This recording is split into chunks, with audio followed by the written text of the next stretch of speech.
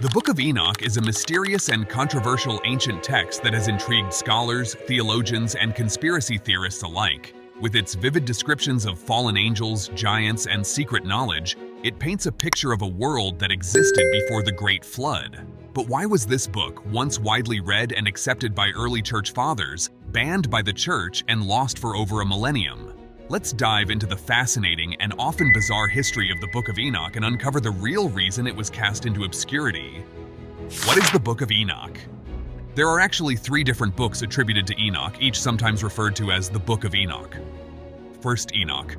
The most well-known, First Enoch, is a compilation of 5 works: the Book of Watchers, the Similitudes of Enoch, the Astronomical Book, the Book of Dreams, and the Epistle of Enoch. Although some sections date earlier, the compiled book is from around 200 BCE. This version is what people generally refer to when they talk about the Book of Enoch. 2 Enoch. Also known as the Book of the Secrets of Enoch, 2nd Enoch is a shorter retelling of the story in 1st Enoch with some unique content. It was written between the 1st century BCE and the 3rd century CE. The original language is unknown, but full versions in Slavonic date to the 14th century, earning it the name Slavonic Enoch. 3 Enoch. The least known of the 3 Enoch, or the Hebrew Book of Enoch, was written in Hebrew around the 5th century CE. It claims to be the work of Rabbi Ishmael from the 2nd century and is associated with Merkabah mysticism, focusing on Enoch's ascension to heaven and transformation into the angel Metatron. Pseudepigrapha. The mysterious authorship. The Book of Enoch is considered a pseudepigrapha, meaning it was attributed to a famous biblical figure but wasn't actually written by them. This practice was common from around 400 BCE to 200 CE. Authors would attribute their works to well-known figures to lend them credibility. In this case, the book is attributed to Enoch, the father of Methuselah, mentioned briefly in Genesis 5. Enoch is a mysterious figure who ascended to heaven without dying, making him the perfect character around whom to build an elaborate narrative, quoted in the New Testament. One of the most compelling aspects of the Book of Enoch is that it's quoted and alluded to in the New Testament. For example, Enoch 1:9 is quoted almost verbatim in Jude 14-15. However, this doesn't elevate it to canonical status. Many other books mentioned in the Bible, like the Book of the Wars of the Lord and the Book of Jashar, are also not part of the biblical canon. The Book of Enoch's shocking content, the Watchers and their fall. According to 1st Enoch, God sent 200 angels, known as Watchers, to guide humanity.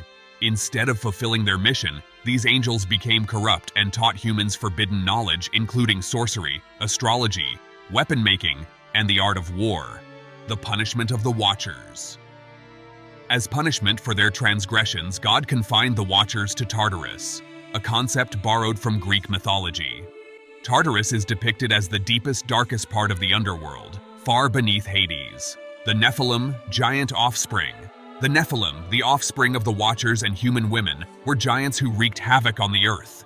They consumed everything in sight, and when humans couldn't sustain them, they turned to cannibalism and destroyed everything in their path. The controversy and banning. Early church fathers like Justin Martyr, Clement of Alexandria, and Origen believed in the teachings of the Book of Enoch and used it to interpret Genesis 6. However, later church fathers, influenced by Augustine of Hippo, rejected this view. Augustine's book, City of God, proposed that the sons of God mentioned in Genesis 6 were the descendants of Seth, while the daughters of men were the descendants of Cain. This interpretation became the dominant view and led to the Book of Enoch being deemed heretical. The Book's disappearance.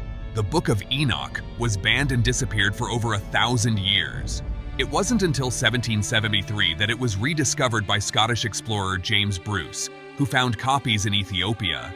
The first English translation was published in 1821, and Aramaic versions found among the Dead Sea Scrolls in the 1950s reignited interest in the book.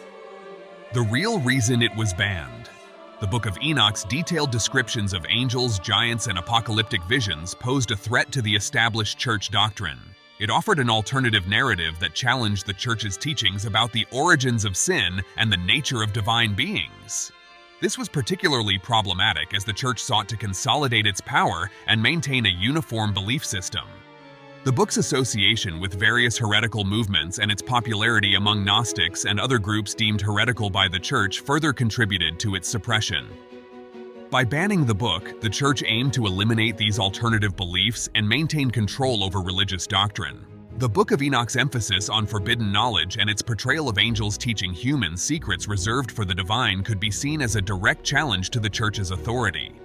By promoting the idea that there were hidden truths accessible outside the official teachings, the book undermined the Church's claim to be the sole source of divine knowledge. The Book of Enoch today.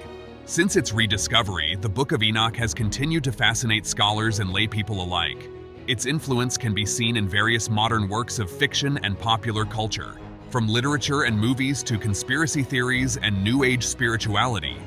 It offers a rich tapestry of myths and legends that continue to captivate the imagination.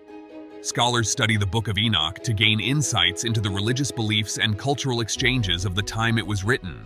It provides valuable context for understanding the development of early Jewish and Christian thought and the ways in which different traditions influenced each other. The book also remains a point of theological debate, with some arguing for its inclusion in the biblical canon due to its historical significance and influence on early Christianity. Thank you for joining us on this deep dive into the mysterious and controversial Book of Enoch. We hope you found this journey through ancient texts and church history as fascinating as we did. If you enjoyed this video, please give it a thumbs up, subscribe to our channel for more intriguing content,